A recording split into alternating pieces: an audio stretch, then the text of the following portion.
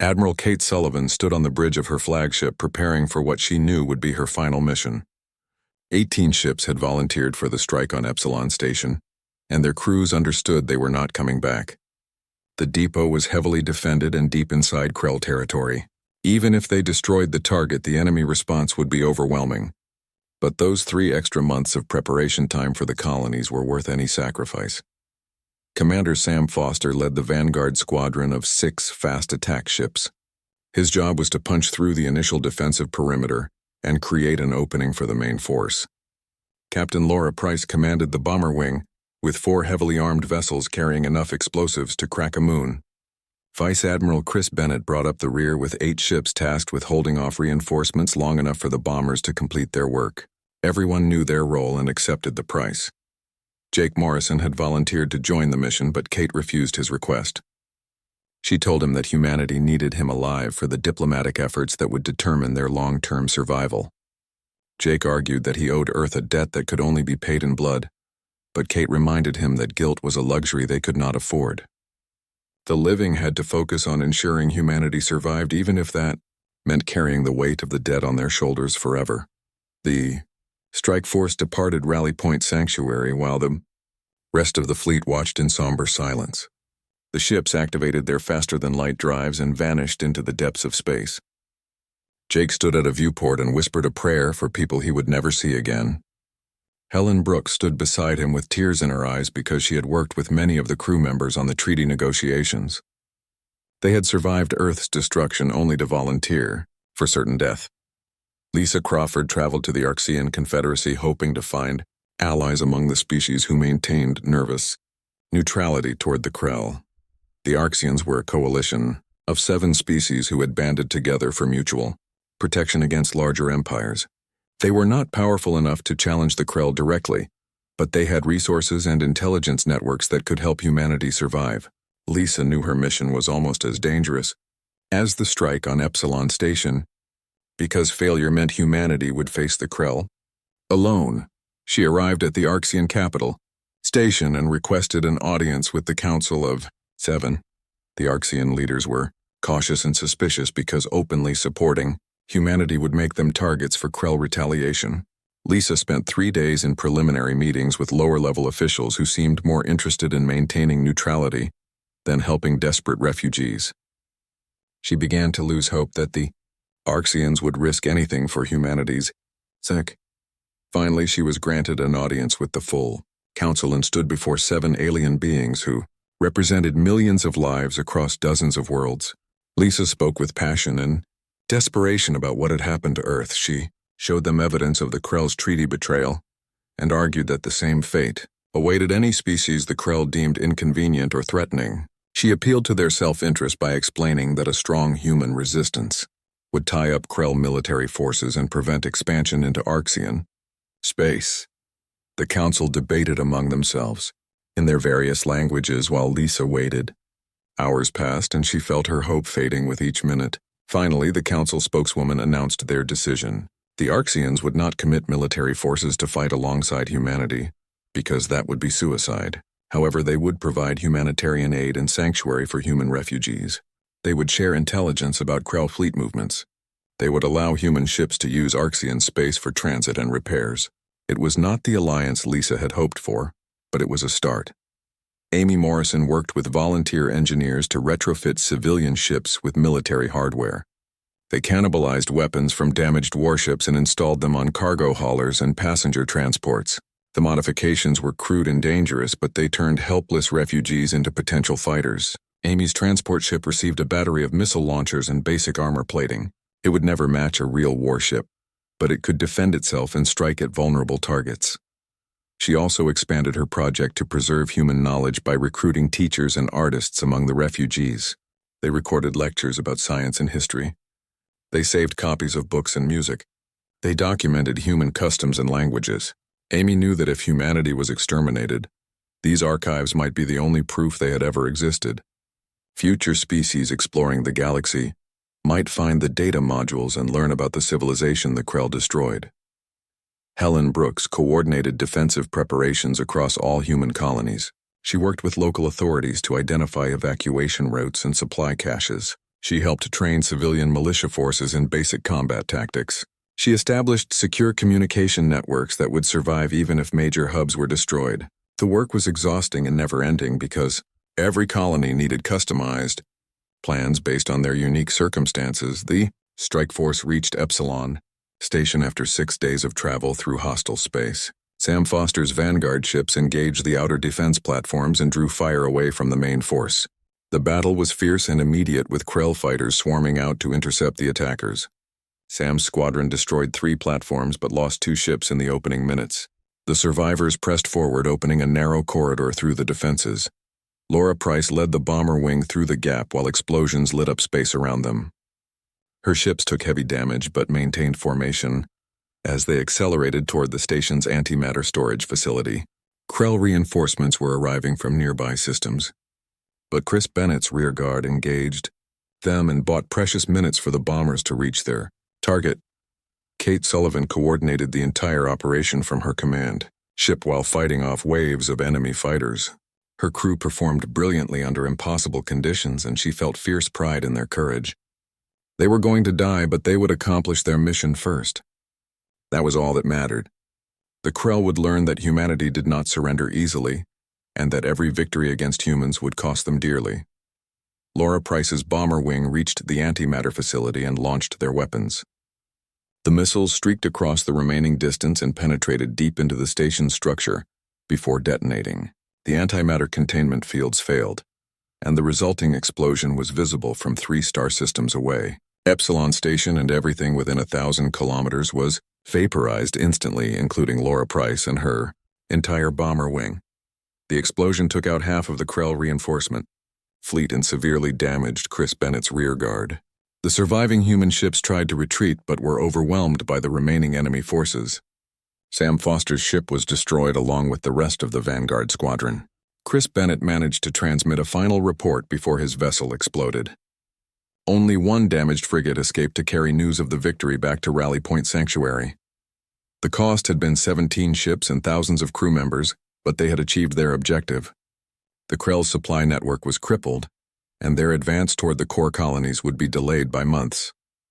Jake Morrison wept when he received the report because Kate Sullivan had been a mentor and friend. Helen Brooks held him while he grieved for the Admiral and all the others who had sacrificed themselves. The price of survival was measured in the lives of heroes. News of the successful strike spread quickly through the scattered human colonies and refugee fleets. Morale improved as people realized they could hurt the Krell despite being outmatched. Volunteers flooded recruitment centers wanting to join militia forces or resistance cells. The survivors had been shocked and broken after Earth's destruction, but now they were angry and determined. The Krell had made humanity into enemies they would regret creating. Lisa Crawford returned from the Arxian Confederacy with news of limited diplomatic success. Other species began reaching out quietly through covert channels offering various forms of support. Some provided intelligence about Krell military operations. Others allowed human ships to use their territory as safe havens. A few even sent weapons and supplies in unmarked shipments. Humanity was forming a loose network of allies united by fear and hatred of Krell domination. 6 months after Earth's destruction, humanity had stabilized enough to begin planning long-term resistance operations. The colonies were fortified and ready to fight. The refugee fleet had grown to 80 ships through salvage operations and new construction. Militia forces trained constantly preparing for the battles to come. Intelligence networks provided warning of Krell movements. Supply chains ensured everyone had food and basic necessities. The survivors had transformed from desperate refugees into a civilization determined to endure. Jake Morrison stood on the observation deck of the flagship New Hope, watching the fleet conduct training exercises. The ship had been a cargo hauler once, but was now converted into a mobile command center. He thought about Danny Webb and Peter Hayes and all the billions who died when Earth fell. He thought about Kate Sullivan and her crew who sacrificed themselves to buy time for the living. The human survivors gathered at Rally Point Sanctuary deep in neutral space, far from any major trade routes. The location had been chosen years ago as an emergency rendezvous point in case Earth fell to invasion. Nobody had truly believed they would need to use it, but the military planners had been wise to prepare. 47 million refugees arrived on Hundreds of ships ranging from military vessels to civilian transports to cargo haulers, converted for passenger use. Jake Morrison stood on the observation deck of a damaged frigate and watched the fleet assemble. The ships were battered and many showed signs of combat damage or hasty repairs. Some vessels were leaking atmosphere and limping along on auxiliary power. The refugees crowded aboard every ship looked shell-shocked and broken. These were the survivors of Earth's destruction, and they carried the weight of 8 billion deaths on their shoulders.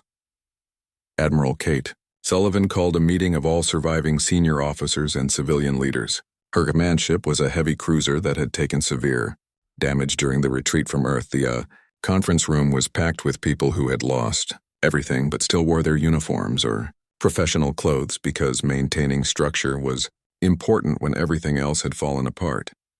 Kate looked around the room and saw grief and anger in every face. She began the briefing by confirming what everyone already knew.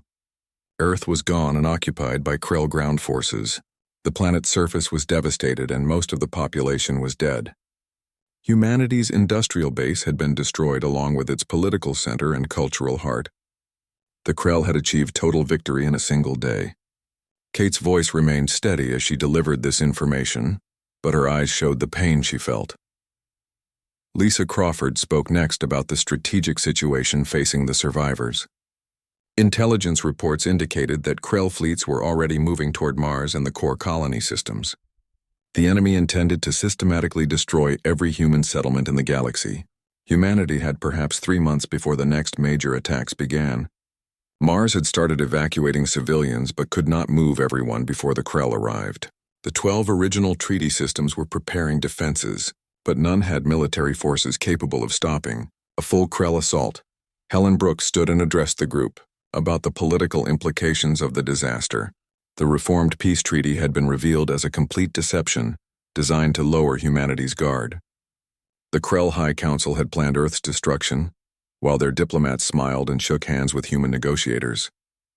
Helen's voice shook with anger as she explained that the Krell viewed humanity's demand for equal status as an insult that required elimination. They could not accept humans as equals, so they chose genocide instead. The room erupted in arguments as different leaders proposed various courses of action. Some wanted immediate revenge attacks against Krell targets. Others argued for fleeing to distant regions of the galaxy and hiding until humanity could rebuild its strength. A few suggested trying to negotiate with the Krell again, though this idea was shouted down by people who had learned the hard way that the Krell could not be trusted. The chaos continued until Kate Sullivan slammed her hand on the table and demanded order. Jake Morrison stood and proposed a desperate strategy that combined elements of what others had suggested. Humanity could not win through conventional warfare because they were outnumbered and outgunned. They had lost their industrial base and their population was scattered. However, they could make themselves ungovernable by turning every colony into a fortress and using guerrilla tactics against Krell occupation forces. They could strike supply lines and communications networks. They could make the cost of occupying human space so high that even victory became defeat for the Krell. Lisa Crawford added another crucial element to the plan. Humanity needed allies among the other species in the galaxy. The Krell had made enemies throughout their expansion, and many younger civilizations feared them just as much as humans did now. If humanity could forge alliances and share intelligence about Krell military operations, they might find unexpected support.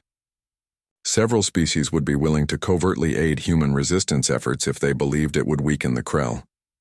The group debated the proposal for hours, but eventually reached consensus. They would implement a multi-pronged strategy focused on military resistance, diplomatic outreach, and preservation of human culture and knowledge. Even if they lost every battle, they would ensure humanity's story survived. Future generations would know what happened to Earth and why humanity fought. The Krell would never be allowed to erase humans from history. Amy Morrison organized the civilian ships into a functional logistics network.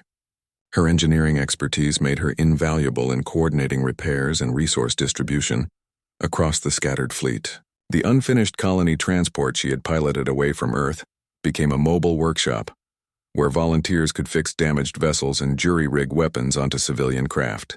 She worked 18-hour days helping transform refugees into a functioning society capable of survival. She also began a critical project to preserve human knowledge and culture. Amy coordinated with teachers and scientists to create encrypted archives containing Earth's history, art, literature, science, and technology. The archives were copied onto thousands of data modules that would be distributed across multiple locations. If humanity was destroyed completely, these archives might survive and tell other species what humans had achieved before their extinction.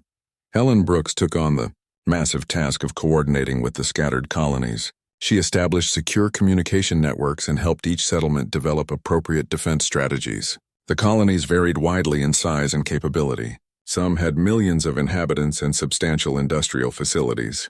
Others were frontier outposts with a few thousand people and minimal infrastructure.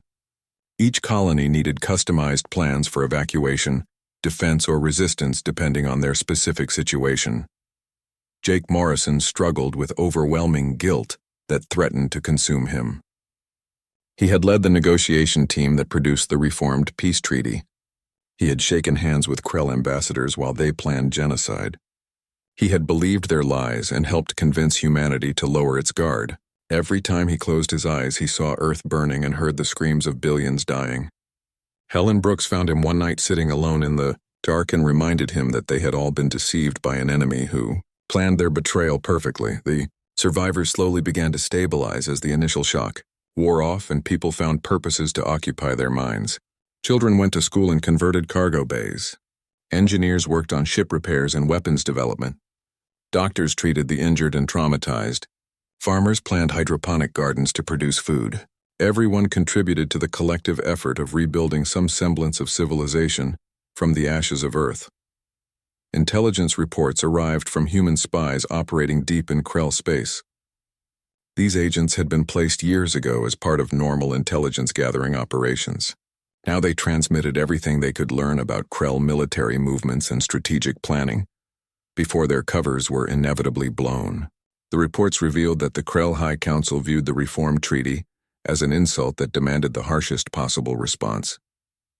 Humanity's request for equal status had challenged Krell supremacy, and they could not tolerate such audacity. The Krell plan was comprehensive and methodical. After securing Earth, they would move against Mars and destroy the orbital facilities there.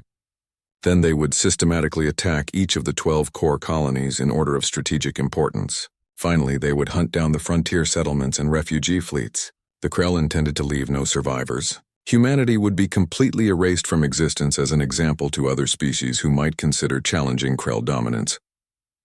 Admiral Kate Sullivan called another council meeting to discuss the timeline for resistance operations. They had perhaps 3 months before the Krell began major attacks on the core colonies. That was not enough time to build defenses capable of stopping the enemy, but it was enough time to prepare for guerrilla warfare and evacuations. The key was making the Krell pay for every victory so heavily that they would eventually decide human extermination was not worth the cost. Jake Morrison proposed a suicide mission that made everyone in the room uncomfortable. Someone needed to attack the Krell supply depot at Epsilon Station, which supported their advancing fleets. Destroying that depot would delay the next wave of attacks and buy the colonies additional time to prepare. The mission would require penetrating deep into Krell-controlled space and fighting through heavy defenses. Nobody expected the strike force to return. Kate Sullivan accepted the mission herself despite protests from other officers. She argued that she was the best person to lead it because she had more combat experience than anyone else in the fleet. She would take volunteer crews and 18 ships on the attack. If they succeeded in destroying Epsilon Station, the sacrifice would save millions of lives. If they failed, at least they would die fighting rather than waiting helplessly for the Krell to hunt them down. The meeting ended with a grim determination settling over the survivors. They knew the odds were against them, and many would die in the coming. The alarm started screaming across every military installation on Earth within seconds of the Krell fleet's detection. Lieutenant Danny Webb watched his display screens light up with red warning markers as 500 enemy warships accelerated toward the inner solar system. His hands moved automatically through the alert protocols while his mind struggled to process what he was seeing. This was not a raid or a border skirmish. This was an extinction-level attack force. Admiral Kate Sullivan reached the command center within minutes of the initial alert. Her face was pale, but her voice remained steady as she ordered immediate fleet mobilization. Earth had 93 ships in defensive positions around the planet, and its orbital stations. Those ships represented less than half of humanity's total military strength, because the rest were scattered across 40 systems implementing the new treaty provisions. Kate knew with sick certainty that 93 ships could not stop 500, but they would buy time for evacuations. Peter Hayes activated the emergency protocols he had prepared during the war. Evacuation sirens wailed across every major city, and automated messages flooded communication networks telling people to move to designated shelters or spaceports. Peter knew that most people would not make it off the planet, but he had to try saving as many as possible. His hands were shaking as he routed priority evacuation orders to key facilities where critical personnel and resources waited. Jake Morrison was in the United Nations building in Geneva when the sirens started. He ran to the windows and looked up at the sky where the first Krell bombardment ships were entering orbit. The vessels were massive and dark against the blue atmosphere, and they moved with terrible purpose toward their targets. Helen Brooks appeared beside him and grabbed his arm so hard it hurt. She kept saying this could not be happening, but her eyes showed she knew it was real. The orbital defense platforms opened fire first, with beams of concentrated energy that lit up space like lightning. Danny Webb and his team coordinated the defense network, trying to maximize damage against the overwhelming enemy numbers. Several Krell ships exploded in brilliant flashes, but more kept coming in waves that seemed endless. Danny watched 3 of his fellow defense stations destroyed within the first 10 minutes. The operators were his friends, and now they were gone. Lisa Crawford stood in the Mars embassy watching the live feeds from Earth with tears streaming down her face. She could see the battle developing in orbit and knew that Earth's defenses would not hold. She started broadcasting evacuation coordinates on all frequencies and ordered every ship near Mars to head for Earth regardless of their cargo or passenger capacity. Millions of people needed rescue and there were not enough ships, but she would save everyone possible. Amy Morrison fought through panicking crowds to reach her engineering facility.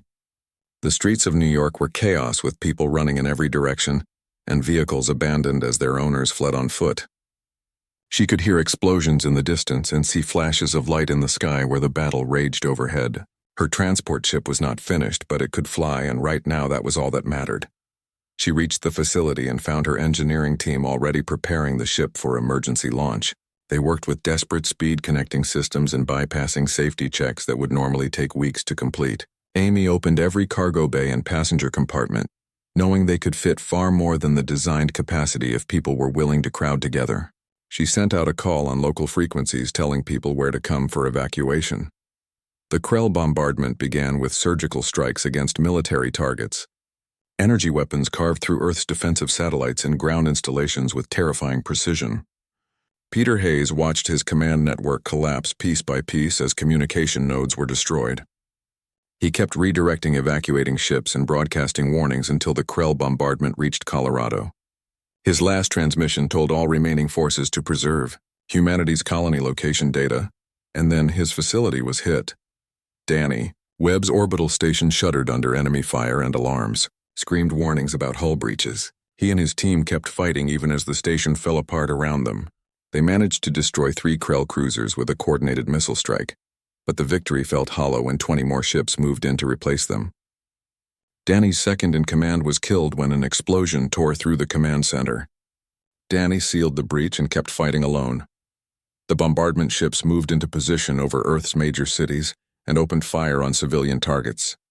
Geneva was struck first, and Jake Morrison watched buildings collapse and streets explode as energy beams tore through the city.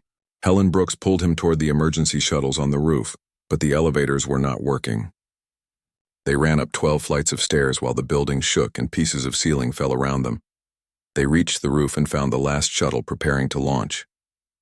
The pilot was screaming at people to get aboard, and Jake shoved Helen through the door before jumping in behind her. The shuttle lifted off just as a Krell beam weapon hit the UN building. Jake looked back and saw the structure where he had worked for years collapsing into rubble and fire. Thousands of people who did not make it to the roof were dying in the wreckage below. Amy Morrison's transport ship was packed with 8,000 refugees when she received clearance for launch. The ship was designed for 4,000, but she had crammed people into every available space. Children were crying and adults were praying as the engines powered up. Amy sat in the pilot's seat and guided the massive vessel up through New York's atmosphere while explosions lit up the sky in every direction. She looked back at Manhattan through the rear cameras and saw the island burning. The skyscrapers she had lived among her entire life were collapsing under Krell bombardment. Central Park was a crater, and the Hudson River was boiling from the heat of energy weapons. Amy forced herself to look away and focus on flying because 8,000 people were depending on her to get them to safety. Danny Webb's station took a direct hit that destroyed the main reactor. He had seconds to live, but used them to transmit all the tactical data his sensors had gathered about Krell attack patterns and weapon systems. The information might help other human forces survive longer or fight more effectively. His last thought was hoping that someone would remember his name and tell his family he had died fighting. Then the station exploded and Danny Webb was gone. The bombardment intensified as the Krell moved from military targets to systematic destruction of infrastructure. Power grids failed and plunged cities into darkness. Water treatment facilities exploded. Transportation networks collapsed. Communication satellites were destroyed, leaving entire continents isolated and blind. The Krell were not just attacking Earth. They were methodically erasing human civilization from existence. Jake Morrison's shuttle docked with a damaged military frigate that was preparing to evacuate the system. He and Helen Brooks were pulled aboard by crew members and directed to a viewing area where refugees huddled together in shock. Through the windows they could see Earth burning below them. The blue and green planet they had called home was turning brown and black as fires spread across entire continents. 12 hours after the attack began, the Krell fleet established complete orbital control. Their ground forces began landing to hunt for survivors hiding in bunkers and shelters. Earth's population had been 8 billion people when the sun rose that morning. Now 90% of them were dead. The cities were ruins and the countryside was burning. The Krell had achieved their goal of destroying humanity's homeworld. Admiral Kate Sullivan gathered the surviving ships and ordered them to retreat to predetermined rally points. She had 32 vessels left from the 93 that started the battle. Earth was lost and staying would only waste more lives. The surviving ships activated their faster-than-light drives and fled into deep space, carrying 47 million refugees who had managed to escape. Behind them, Earth continued to burn. Amy Morrison's transport ship joined the retreating fleet and she finally allowed herself to cry. She had saved 8,000 people but left millions behind. The guilt was crushing and she knew it would never leave her. Around her, the refugees sat in stunned silence trying to process what they had witnessed. Humanity's homeworld was gone. Everything they had built over thousands of years was destroyed. The reformed peace treaty had been a trap, and they had walked into it with open eyes and trusting hearts. Lisa Crawford watched from Mars as the last ships fled Earth and the Krell fleet settled into occupation. She sat down at her desk and began writing a message to all human colonies warning them that they were next. The Krell would not stop with Earth. They intended to hunt down every human in the galaxy and finish what they had started. Humanity's colonies had perhaps weeks or months before the next attacks came. They needed to prepare or die. 3 weeks after the treaty signing, Jake Morrison stood in his apartment in New York watching the city celebrate below. Every building displayed holographic projections of the new treaty, and crowds filled the streets with music and laughter. His sister Amy burst through the door carrying groceries and talking excitedly about the new colony transport ship her company was building. She worked as an aerospace engineer and the treaty had opened up dozens of new projects for her division. Amy dumped the bags on the kitchen counter and grabbed Jake's shoulders with her strong hands. She told him that he was a hero for helping negotiate the treaty. Jake smiled but felt uncomfortable with the praise because he had only been part of a larger team. Amy ignored his modesty and insisted that their parents would have been proud if they had lived to see this day. Their parents had died during the difficult years after the war when medical supplies were scarce. Because of the reparation payments, the doorbell chimed and Lieutenant Danny Webb entered, with his usual cheerful energy. Danny had been Jake's friend since childhood and now served in Earth's orbital defense network.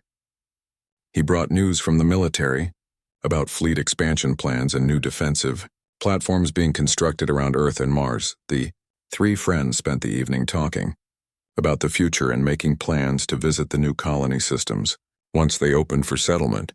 Helen Brooks sat in her office at the United Nations headquarters in Geneva reviewing implementation schedules for the treaty provisions. She had been working 16-hour days coordinating with various governments and colonial authorities. The workload was enormous but satisfying because every task brought humanity closer to its new status as a true galactic power. Her assistant brought her another stack of documents requiring approval, and she sighed but smiled as she began reading. Something caught her attention in the communication logs from the Krell embassy. The response times for routine diplomatic queries had increased dramatically over the past week. Previously, the Krell had been quick to answer questions about trade routes and cultural exchange programs.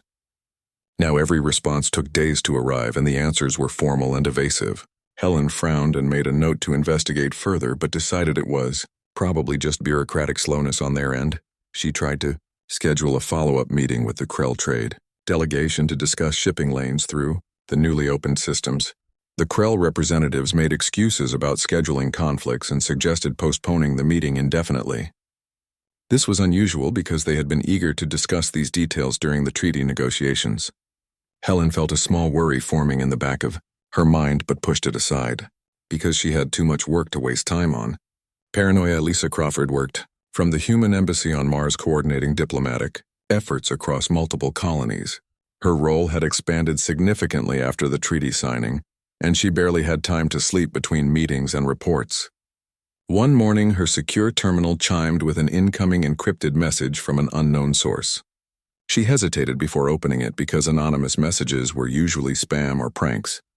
The message contained fragmented intelligence reports suggesting unusual Krell military activity near the border regions. Several Krell fleet groups that should have been demobilizing, according to the treaty, were instead conducting exercises in formation. The reports mentioned increased communication traffic between Krell military command centers and sudden restrictions on civilian shipping through certain sectors. Lisa tried to verify the information through her official channels, but her contacts in Krell space had stopped responding to her messages. She forwarded the intelligence to Earth's military command. With a note expressing concern, the response came back within hours from Admiral Kate Sullivan, who thanked her for the information, but explained that intelligence reports were always murky and often inaccurate. Without concrete evidence of hostile intent, they could not justify alarming the public or taking aggressive defensive measures. Lisa understood the logic but could not shake the feeling that something was wrong. Colonel Peter Hayes sat in his office at Military Command in Colorado reviewing fleet deployment reports. The treaty allowed humanity to expand its forces, so ships were being pulled from defensive positions around Earth and sent to patrol the new systems. This was necessary for establishing human presence in those regions, but it meant Earth's immediate defenses were temporarily weakened. Peter trusted the treaty, but his military instincts made him uncomfortable with the reduced coverage. He noticed something odd in the reports from intelligence officers monitoring Krell space. Several Krell battle groups were gathering near the edge of their territory in sectors that had no strategic value. The formations were consistent with pre-attack positioning, though there was no obvious target. Peter pulled up historical battle data from the First Contact War and found similar patterns before major Krell offensives. His hands felt cold as he realized what he might be seeing. Peter requested a meeting with Admiral Kate Sullivan and presented his findings. Kate listened carefully and agreed the patterns were concerning, but pointed out that the Krell had legitimate reasons to maintain military readiness in their own territory. Without evidence of hostile intent toward human space, they could not accuse the Krell of treaty violations. Peter argued for bringing more ships back to Earth, but Kate explained that political pressure from colonial authorities would make that impossible. Without proof of immediate danger, Amy Morrison sat in her engineering bay working on the colony transport ship. The vessel was massive and designed to carry 4,000 passengers to distant worlds. Her team had been racing to complete construction ahead of schedule because demand for colony ships had exploded after the treaty opened new systems. She loved the work and felt like she was building humanity's future with her own hands. During a routine systems check, she detected an unusual signal on one of the long-range sensors. The encryption pattern looked similar to Krell military codes, though she could not be certain because civilian sensors were not designed for signal analysis. Amy recorded the data and sent it to Danny Webb, who had access to better analytical tools through the defense network. She did not think it was important, but Danny was always interested in technical puzzles. Danny received Amy's data and ran it through the military intelligence computers. The results made his stomach drop because the signal was definitely Krell military communication, and it was coming from a location inside human space. This suggested Krell ships were operating covertly in areas they should not be according to the treaty. He reported the finding to his commanding officer, who promised to investigate, but seemed more annoyed than concerned about the discovery. The days passed and more troubling signs accumulated. Krell diplomatic responses became even slower and more evasive. Intelligence reports showed increasing military activity along the border. Human contacts in neutral space warned that Krell merchants were evacuating certain trade stations without explanation. Each individual sign could be explained away, but together they formed a pattern that frightened anyone who looked closely enough. Jake Morrison returned to New York after meetings in Geneva and noticed that Helen Brooks seemed worried. She shared her concerns about the Krell communication delays and the strange intelligence reports. Jake tried to reassure her that the treaty was solid, and the Krell would not risk war after agreeing to peaceful terms. Helen wanted to believe him but could not ignore the evidence piling up on her desk. 3 days before the attack, Jake sat in his apartment reviewing diplomatic files when the pieces suddenly fell into place. The treaty negotiations had been too easy once the Krell agreed to talk. They had accepted terms that gave up significant advantages without fighting for compromises. The signing ceremony had felt genuine, but thinking back, Jake realized Threlkon's eyes had been cold despite his warm words. The reformed treaty was never meant to be honored. It was a distraction designed to make humanity lower its guard while the Krell prepared to strike. Jake grabbed his communicator and tried to reach Lisa Crawford, but the Mars connection was experiencing delays. He called Helen Brooks, who answered immediately, and he told her his theory in a rush of words. Helen was silent for a moment, then admitted she had been thinking the same thing but hoped she was wrong. They both knew that if they were right, then humanity had perhaps hours or days before disaster struck. Peter Hayes was in an emergency briefing when the long-range sensors detected the Krell fleet emerging at the edge of the solar system. 500 warships appeared out of faster-than-light travel in perfect formation. It was the largest armada ever assembled, and it was heading directly toward Earth. Peter felt his blood turn to ice as he realized they were out of time. The reformed peace treaty had been a lie, and now humanity would pay the price for believing in it. The diplomatic station Horizon's Gate floated silently in the darkness between human and Krell territories. Commander Jake Morrison stood at the viewport watching distant stars while his heart pounded with nervous energy. Behind him, the conference room buzzed with quiet conversations as diplomats from both species prepared for the final signing ceremony. 18 months of negotiations had led to this moment, and Jake could barely believe they had succeeded. Ambassador Lisa Crawford adjusted her formal uniform and smiled at Jake. She had been the chief negotiator throughout this exhausting process, and her calm demeanor never wavered even during the most difficult sessions. Helen Brooks sat nearby, reviewing the treaty documents one final time with her careful, methodical attention to every detail. Colonel Peter Hayes stood by the door with his military bearing rigid and alert, as always, though even he seemed relaxed today. The Krell delegation entered through the far doors and the room fell silent. Ambassador Threlkon led his group with the smooth, graceful movements typical of his species. The Krell were tall beings with dark blue skin and eyes that seemed to see everything at once. They had defeated humanity 50 years ago during the First Contact War and imposed harsh terms that kept Earth weak and restricted. Today, those terms would change forever. Jake remembered the stories his grandfather told about the war. Entire fleets destroyed in the opening battles and colonies burned from orbit, while humanity scrambled to defend itself. The original peace treaty had been signed in desperation when Earth faced complete destruction. Humanity agreed to limit its military to fewer than 200 ships and restrict colonization to only 12 star systems. The reparations payments had crippled Earth's economy for decades while the Krell expanded their empire without opposition. But humanity had been clever during those difficult years. They rebuilt their economy through trade with smaller alien species and formed quiet alliances with civilizations who feared Krell domination. Earth developed new technologies and trained new generations of diplomats who understood how to navigate the complex political landscape of the galaxy. Now humanity had leverage, and the Krell had finally agreed to negotiate better terms. Lisa Crawford stood and walked to the center of the room where the signing table waited. Threlkon joined her, and they faced each other with professional courtesy. Jake watched as Helen Brooks brought forward the treaty documents in both human and Krell languages. This reformed treaty would change everything for humanity. The new terms were generous beyond what anyone had hoped for when negotiations began. Humanity would have equal standing with the Krell sovereignty in all diplomatic matters. The fleet size restrictions would be completely removed, allowing Earth to build as many ships as needed for defense and exploration.